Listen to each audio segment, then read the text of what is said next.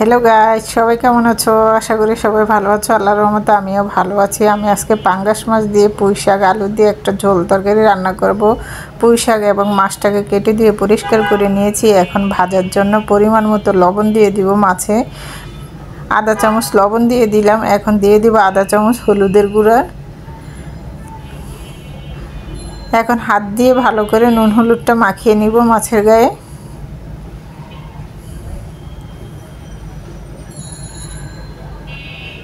মাছের গায়ে নুন হলুদটা ভালো করে হাতে মাখিয়ে নিলাম। এখন এক সাইডে রেখে দিব। ভাজার জন্য একটা কড়াই বসিয়ে দিব চুলায়।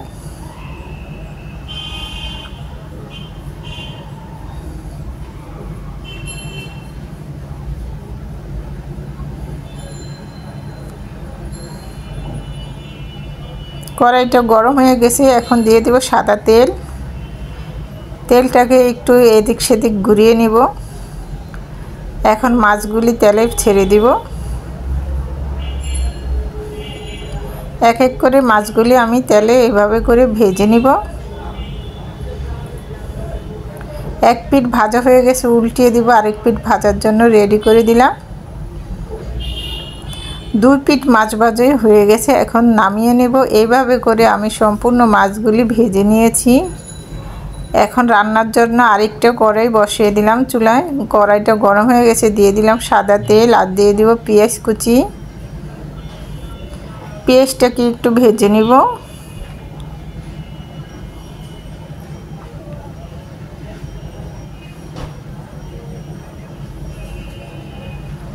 এখন দিয়ে দেব কাঁচামরিচ কুচি।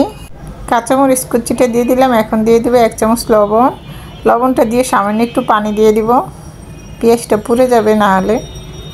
এখন দিয়ে দেব এক চামচ পরিমাণ আদা রসুন বাটা।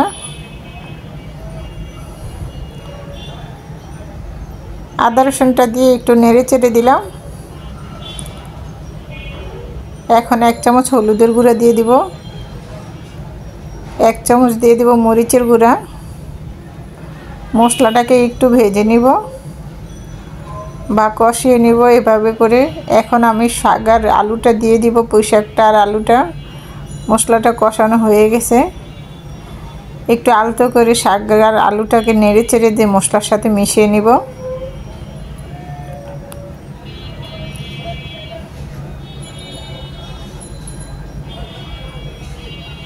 এইভাবে করে আমি শাকটাকে নেড়ে চেড়ে আমি মিশিয়ে নিব এবং ঢাকবো না, কিছুক্ষণ পরে ঢাকবো। প্রথমে এভাবে করে কিছুক্ষণ নেড়ে চেড়ে দেব।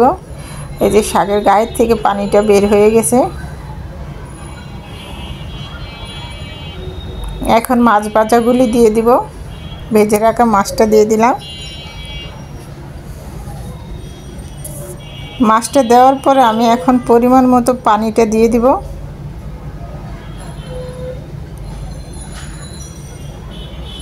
পরিমাণ মতো ঝোলটা দিয়ে দিব।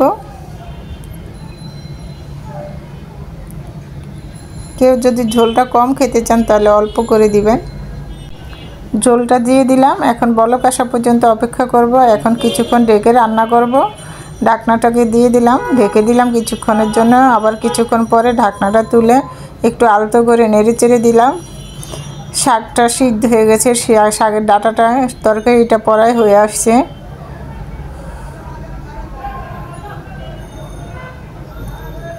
এখন ভাজা জিরার গুঁড়া দিয়ে দিব এক চামচ।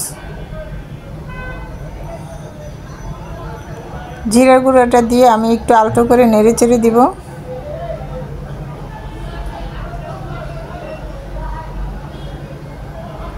তরকারিটা হয়ে গেছে, কিছুক্ষণ ঢেকে এভাবে রান্না করব। একটু ঢাকনাটা তুলে আলতো করে নেড়ে চেড়ে দিলাম। চুলাটা অফ করে দিব। তরকারিটা চুলা থেকে নামিয়ে নিব।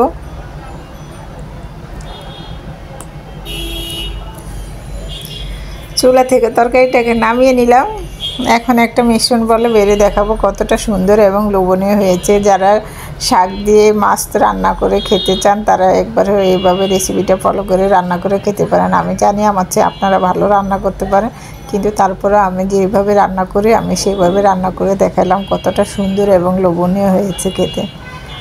কালারটা খুবই সুন্দর এসেছে।